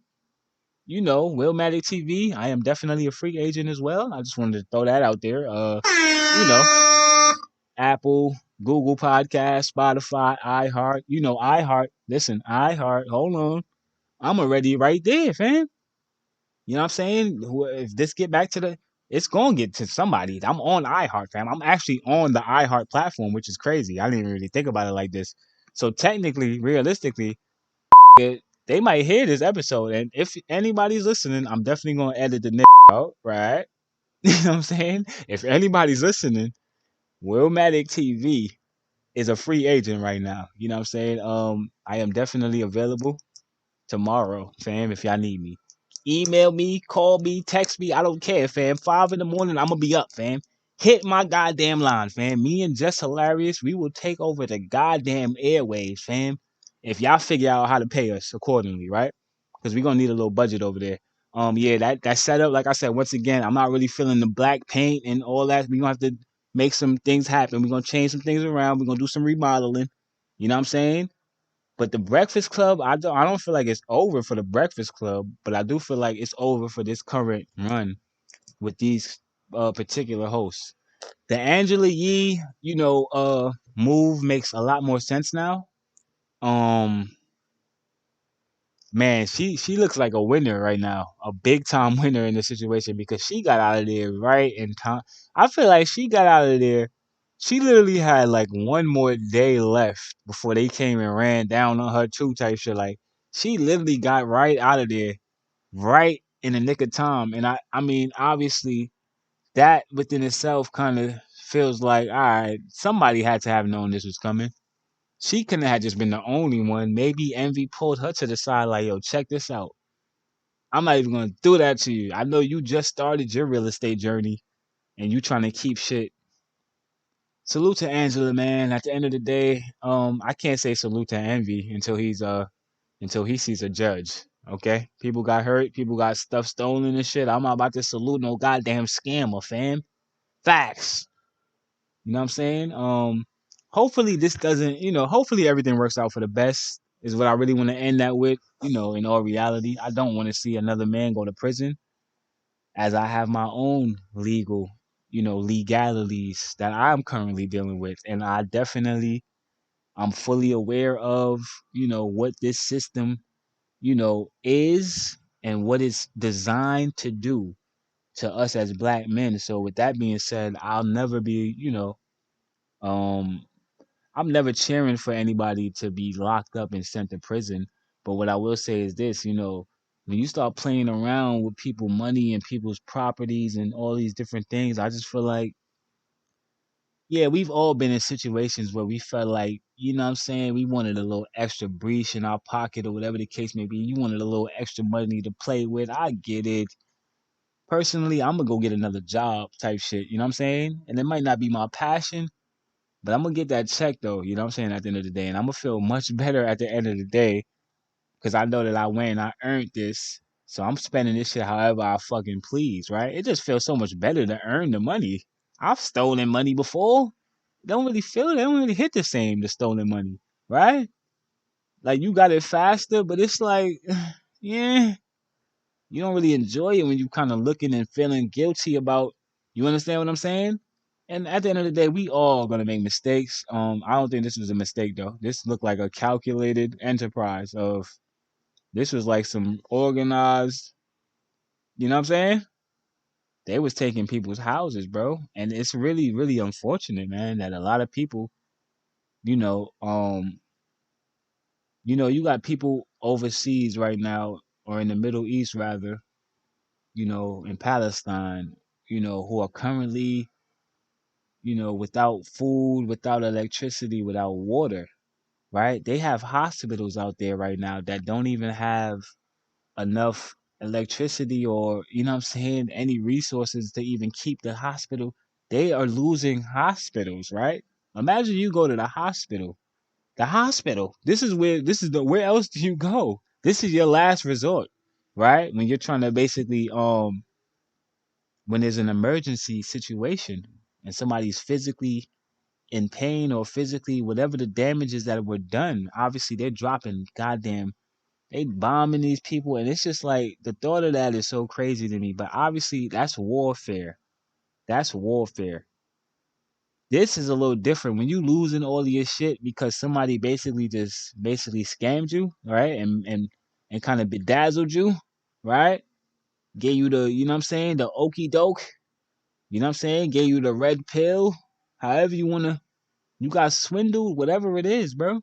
That hits a lot differently than, when it's obviously something that was done consciously. Like you had a choice basically. Like you gave him that $100 to try to flip it. You know what I'm saying? And he ain't come back or whatever the case may be. I've been scammed before too, by the way, which is crazy because it just hit me in real time. And I actually never forgot about this shit. And I'm still actually looking for this dude. So I probably realistically, I'm never gonna like. I have no idea who this person was or how they look. This happened so long ago, but I definitely know how it feels to get scammed, bro. That's a big fact. I definitely was in Harlem. You know what I'm saying? Shout out to all my Harlem. This would never happen to me today, by the way. Right? Shout out to Harlem, 125th, 127th. You already know what it is. Good in Harlem, right? They would never do this to me in Harlem now, but at the time and all that, I was just young, running around. All I cared about was two things, fam. Jordans and pussy. You know what I'm saying? And that's just what my mind was at the time, right? So in my mind, I'm like, I'm about to get these new pair of J's. You know what I'm saying? I already got the hat. I had a whole fit for these shits.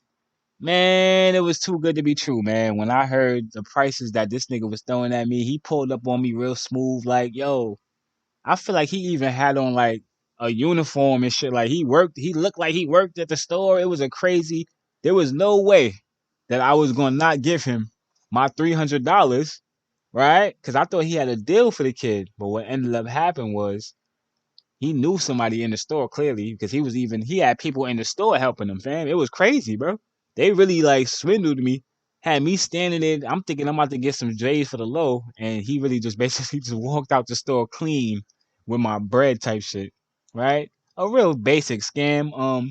To the untrained eye though, you're pretty much gonna, you know what I'm saying? When all you care about is pussy and Jordans, you're gonna give them that 300, bro.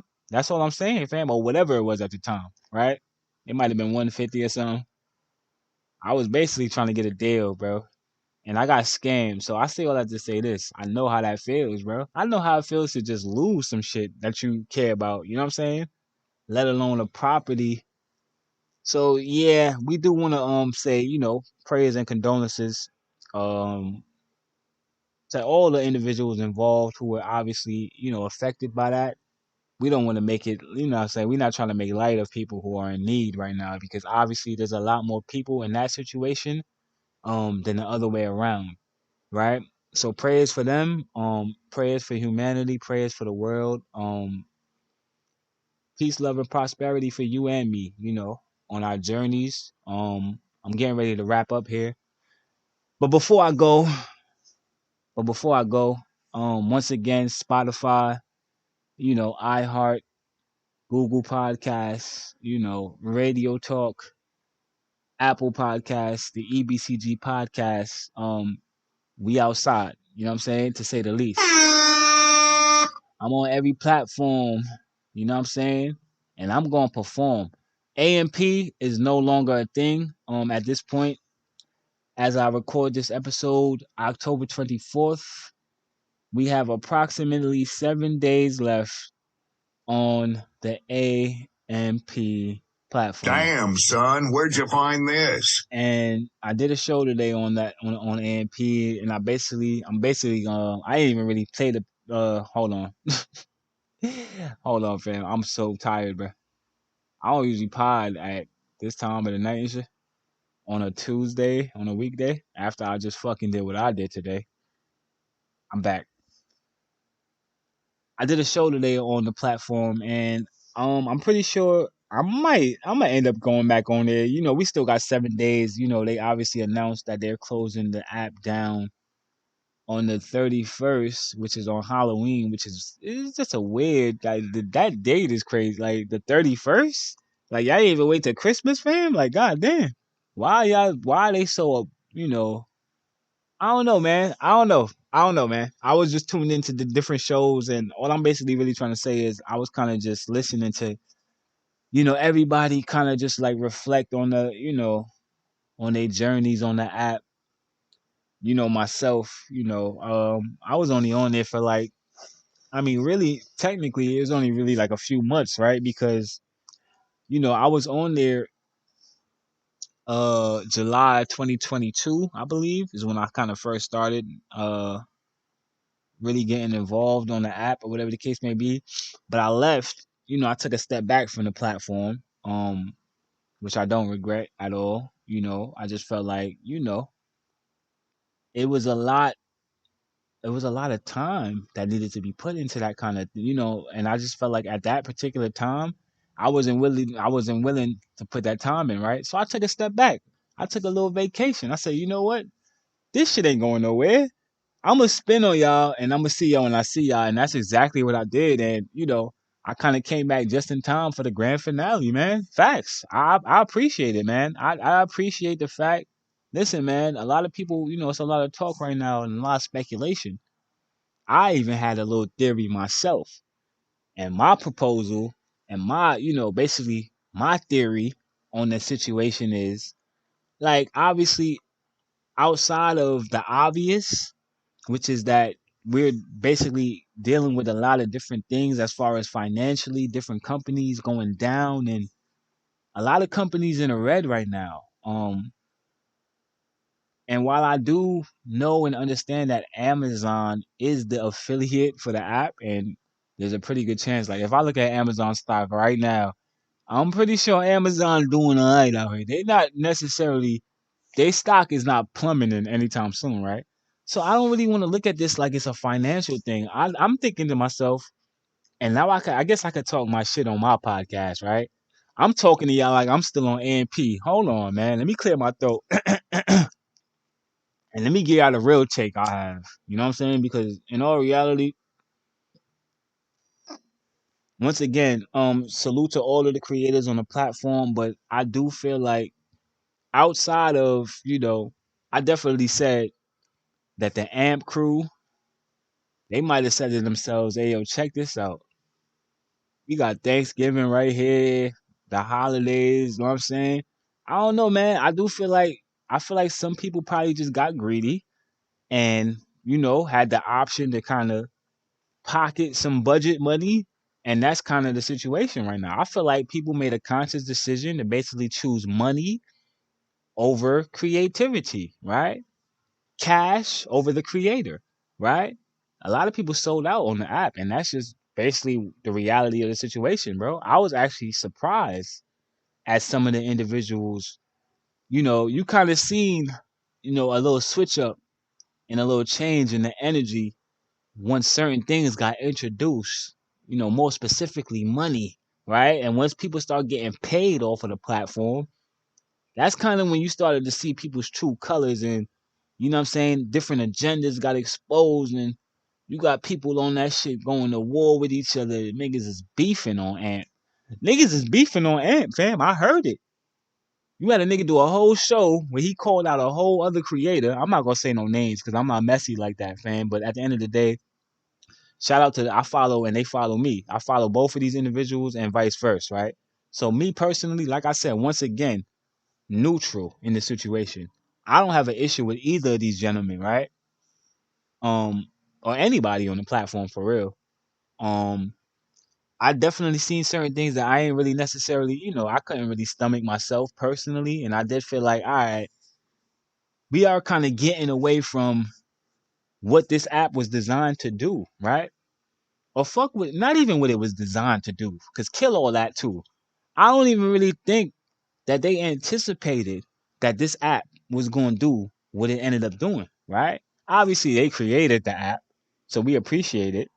But the reality of the situation is this: once the creators got a hold of the app and we kind of figured out what was going on, this became our app. We took the app away from AMP Crew. And I feel like low key AMP Crew was salty, fam. Yeah, yeah, let's talk about it, fam. They was salty that they used to come on there to do their goddamn AMP Crew. Oh, the tips and the tricks. They came on there to do that show where they basically kind of, gave different pointers to the new creators, and yeah, every now and then they open the phone lines and allow people to kind of call up and vent and basically give their different opinions about the app and the platform and the different things that we can do to make it better. And I actually did appreciate that. That was a really big, you know, deal at the time because it's, at the time we were looking at it like, bro, we don't really have, you're not going to be able to really talk to the owner everywhere you are. You know what I'm saying? So the fact that we were actually having an opportunity to reach somebody on a high level that can actually implement the changes that we felt that we needed on the platform, I felt like personally, like we was definitely on to something at that point. There were certain things that I requested personally that I still feel like they ain't quite catch up or catch on to yet. Specifically the genre situation, right? Where they basically don't have a reggae genre, a calypso genre. These are two of the biggest genres in the world, right? You know what I'm saying? And they have the music there, but for whatever reason, that genre is just not listed on the platform. They didn't really give an explanation. I kind of brought it to their attention. They kind of giggled with me, okay, and acted like they was going to do something about it. And what happened was they ain't do nothing about it.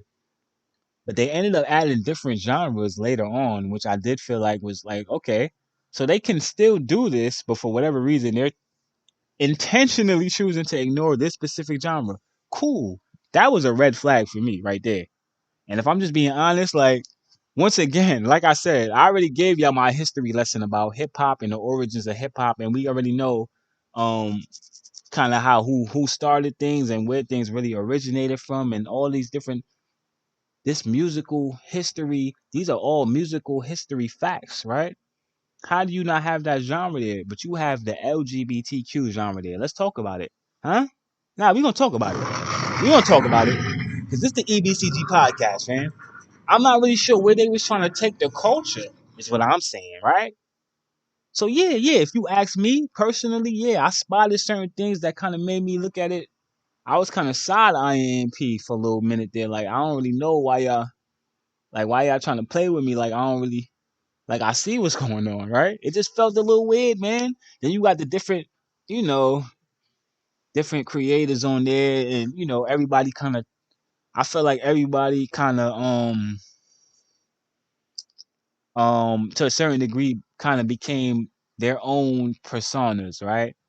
And we actually, I feel like certain people, if I'm just being honest, and like I said, I was one of the day ones on the platform, right? So I feel like I could speak on the situation. Like I seen the changes in the behavior, right? Because I was one of the day ones on there. I actually had conversations with these people. You know what I'm saying? There's certain shows that's on right now that I did way back, you know what I'm saying, before a lot of these things was even thought of, right?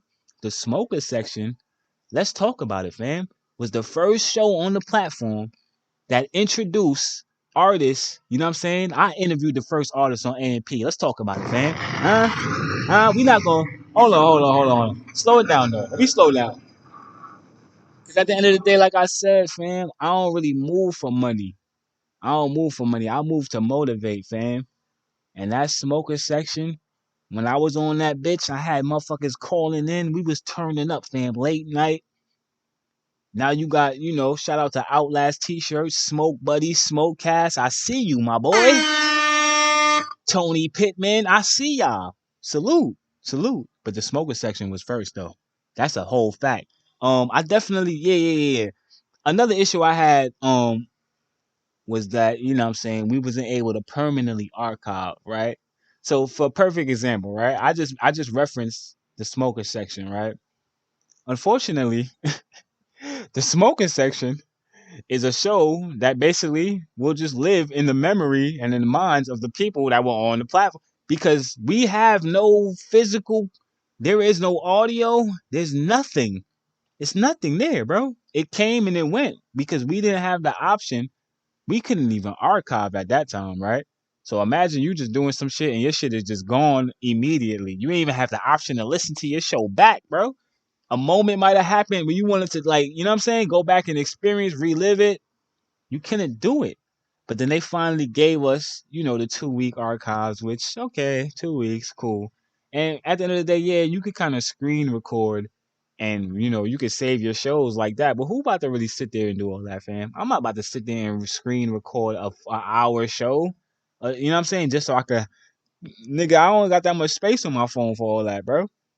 I just feel like they needed to give us the option. They still need to give us this option. I feel like, yeah, before the 31st, y'all want to keep reminding me I got 7 days. 7 days to do what, fam? 7 days to do what, bro? Run to every goddamn show and say goodbye? I'm not doing that, fam.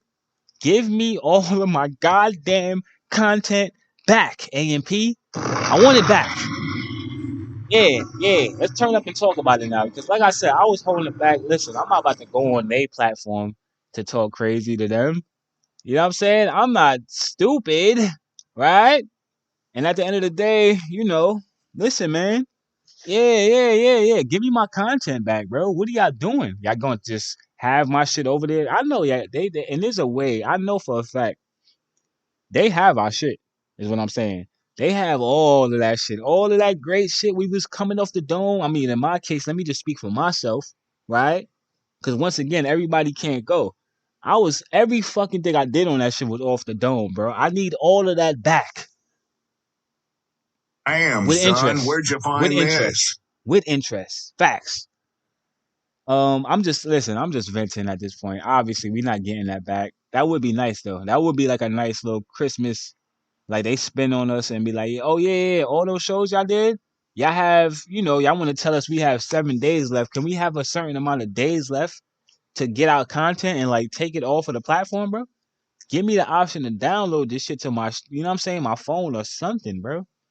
I personally just feel like, yeah, you pulling the rugs from out of a lot of, from under a lot of people, basically. A lot of people, kind of, I mean, let's just call a spade a spade. I'm pretty sure that there was people who were really, really, relying on this platform, for several different things. And like I said, once again, as a creator who's been on the platform since, kind of since it began or whatever the case may be, kind of from the, since the beginning, since its, origins, right?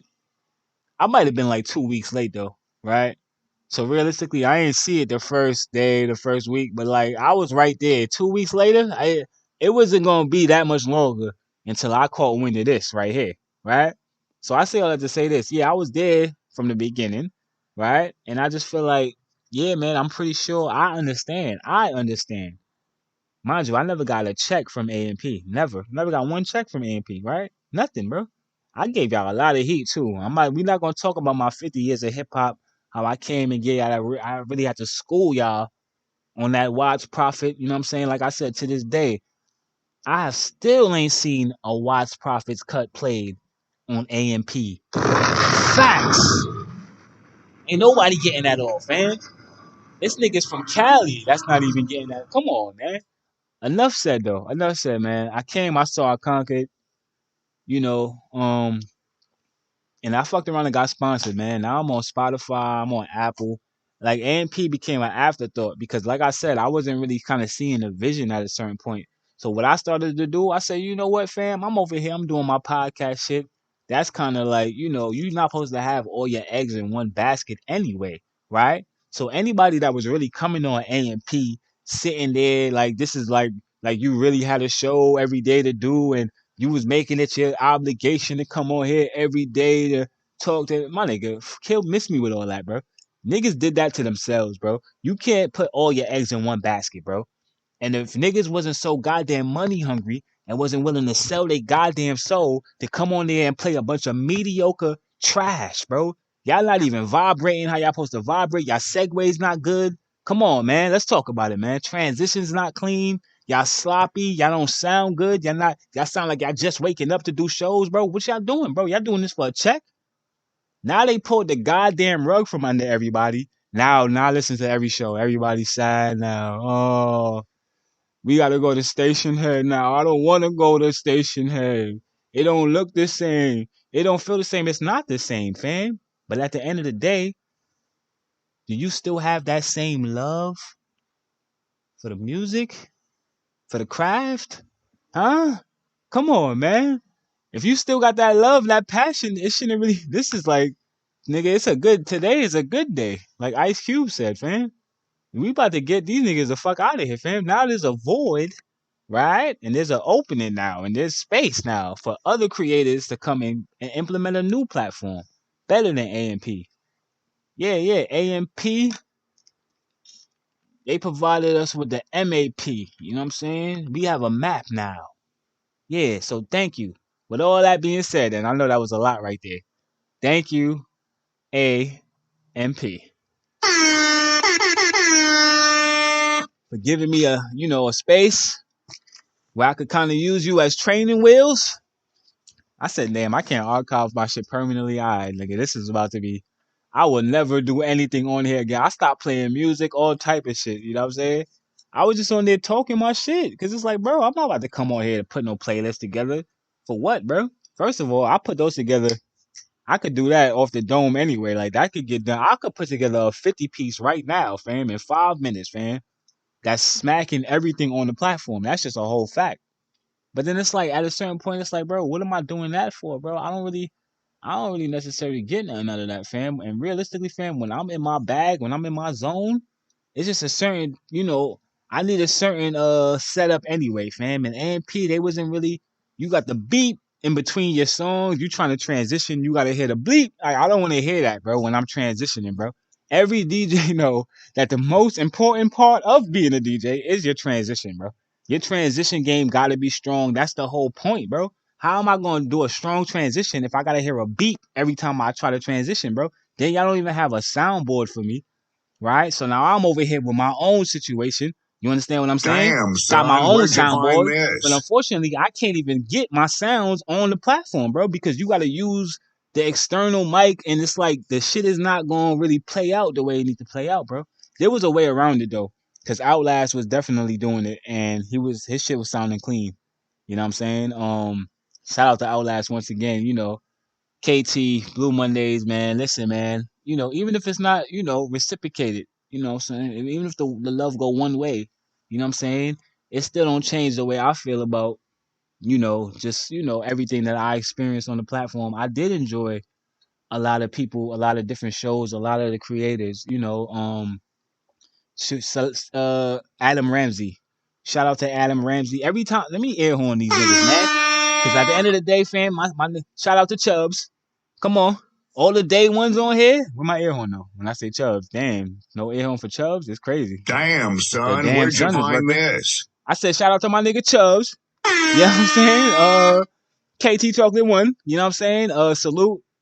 Damn, bro. I gotta really work on my shit. But all right. My point is this. Because I'm 2 hours in now.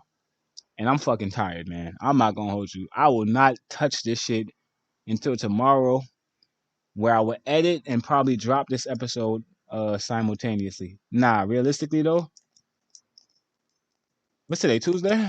This bitch might drop Thursday. My point is this though, man. It's been a hell of a ride, the artist Mika, I definitely was tuned into her show this morning, the Brooklyn Commute. You got dope creators like that who you're removing, you're pulling the rug from under people, man. You're pulling the rug from under people's legs. I don't think that is right. I definitely reached out to some people, and I said that I basically let them know how I felt about the situation. Like, we appreciate y'all, but at the same time, this is kind of foul right here. Y'all might want to come on here and can we at least hear it from somebody? Y'all not even gonna talk to nobody. Word, y'all just gonna put the fucking yellow note up and shit. I'm not reading this shit again. They put that shit up all day today, fam. To constantly remind y'all that they pulling the rug from underneath y'all. But with all that being said though, man, this has definitely been I think this is a wrap right here. I feel like I gave out everything I had this week. I might need to take 2 weeks off now, fam. It's too much going on. I'm pretty sure I could probably drop another episode in 2 days, bro, with the amount of shit that's going on. You understand what I'm saying? And I had to scrap shit because I didn't want to overload the docket. I knew I was gonna be very, very long winded on certain topics. I said, you know what? We're gonna shrink it out. We're gonna get them 6 topics this week, fam. Because I ended up getting 2 hours. This is my longest recorded episode, and 6 topics ain't even the most amount of topics I've had. So what I'm basically saying is this: I'm clearly figuring this shit out, right? Things is growing. Like I said, the numbers is going up. You know, um, And man, it's all up from here, man. It's all up from here. Obviously they say you make plans and God laughs, so we don't want to you know, we don't want to be naive, and we also do have to recognize the fact that nothing is promised in this life.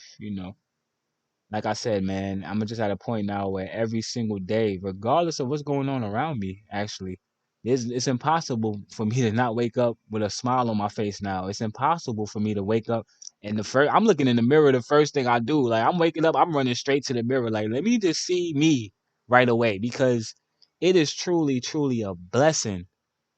Speaking for myself here, it is truly, truly a blessing to just be able to get up every day, man. You can't take that for granted. I don't care where you at. You might not be where you want to be yet. You might have some shit that's going on around you that you probably just don't understand, and you probably never will. What I'm saying is this, man. Appreciate the fact that you got the opportunity to still make a change and get yourself to wherever it is that you're trying to go. Because obviously, everybody simply just cannot go. Willmatic TV, I've been your host. Sometimes I do the most. Sometimes, sometimes I just want to post episode 45. I'm not sure. I had nothing. Like I said, I'm tired. I'm off this, fam. How about this? I'm done. Episode 45 is a wrap. Truly, truly do appreciate you all for joining me this week. Once again, if I do another show on AMP, you probably won't know because they shutting it down. You got 7 days to get over there. I'm gonna try to go ahead and let me see if I can archive. I might archive my whole last show. Not archive, but screen record. I gotta make some space, whatever the case may be. Listen, listen, listen. I'm off this, man. It's been real. Peace, love, prayers, and prosperity. Willmatic TV once again is my name for your clarity. Until the next time. E.B.C.G. 1.